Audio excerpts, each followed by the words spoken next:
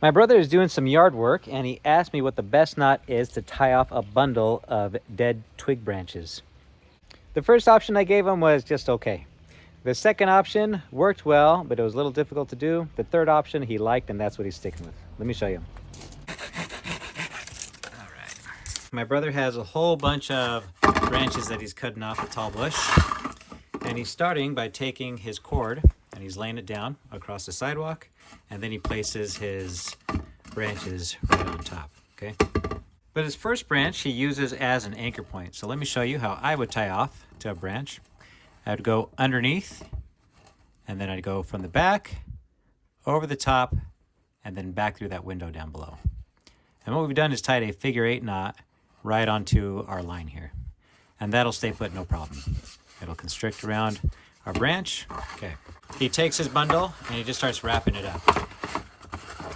And then he was asking, after I've wrapped it all up, he steps on it as he does this, how do I tie off this piece of rope?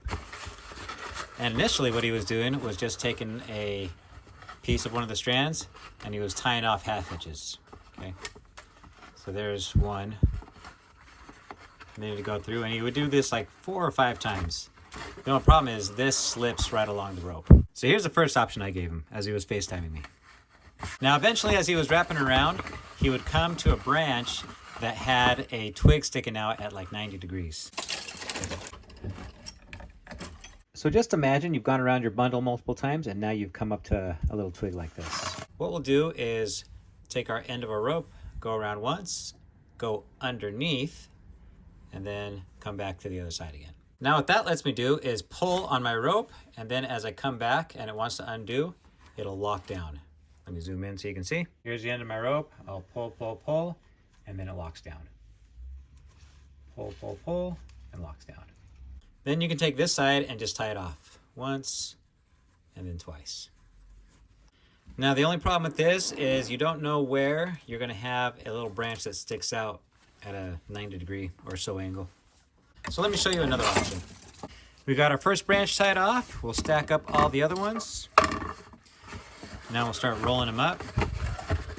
Okay. Once you get to the bundle size you want, what we'll do is hold down with our thumb. Then we'll go back around the other way. And then this loop is what we're going to tie off with our free end here. So I'll go through once, I'll go through twice, okay, and then I'll pull it tight. There we go.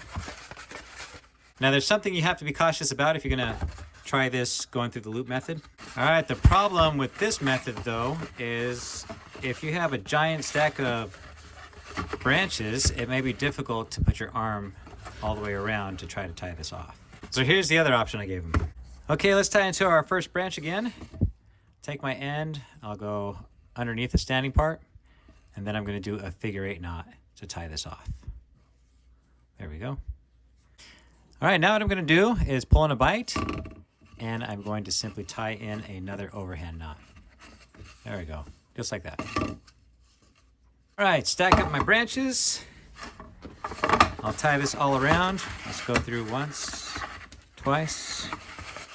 Okay, now we got to tie our branches together by taking our end, and I'll go through once and go through twice, and then I'll pull it tight.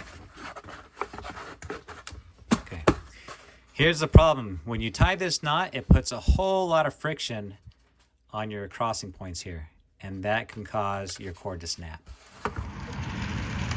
Now it keeps breaking. Oh, that broke too. Keep recording! I'm still recording. I'm saving it! He's saving it, he says. Not using Uncle Brent's tying technique. That was sad. Alright, we're gonna have to send that to Uncle Brent.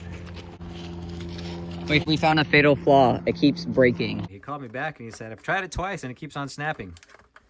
So this is where we're at now. I told him to take this loop and simply pinch your fingers through, go around, and now we have a little lark's foot. And from here, you're just going to do a single pass.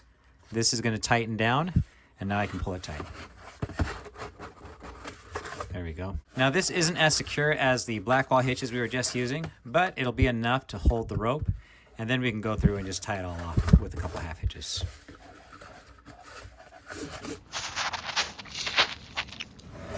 All right, so update.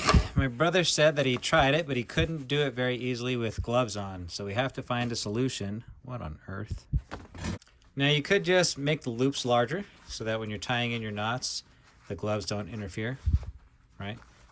That's still kind of hard. So here's another option, which includes using toggles from the branches you're cutting already. To hitch my cord to my toggle, I'm just going to place it on top, and I'm going to wrap it until I can get an X going on that toggle. Okay. Now I'll take my cord down here, I'll give it a twist to create a loop, as if I'm turning off an ignition, and then I'll just throw it over the top. Okay. As I throw it over the top, I'm working all the way down to the bottom of all the turns I did, and then I'll pull it tight. There we go. That's a really easy hitch you can do with gloves on, and it'll tie on no problem. Lay my cord down, throw down my twigs. Okay, now what I'm going to do is just wrap this, and I'm going to pull it tight. Okay, place my branches down. Now I'll go around my toggle there. And when I pull on it, I want to try to get it as low as possible so that it's rubbing onto the knot and not on the cord that has a whole bunch of tension on it. So here we go. Let's pull this. Pull, pull, pull. Okay. You can see how we've distributed that tension across the knot. All right, once I pulled in all the tension that I want onto my toggle, I'll take it, I'll go around, and then I can pull it tight. Eventually I'll do enough turns so that my final turn will collapse underneath all of them, but I don't have to do that if I don't want to. I can just pull and then another off ignition and throw it over the top and then pull it tight. And I effectively made a half hitch onto my toggle there. Now, unfortunately, the cord that he has is a natural fiber, and so if you would pull the cord across itself, it acted like a saw, and it would start cutting that first fiber, and then it would just go through all the other ones.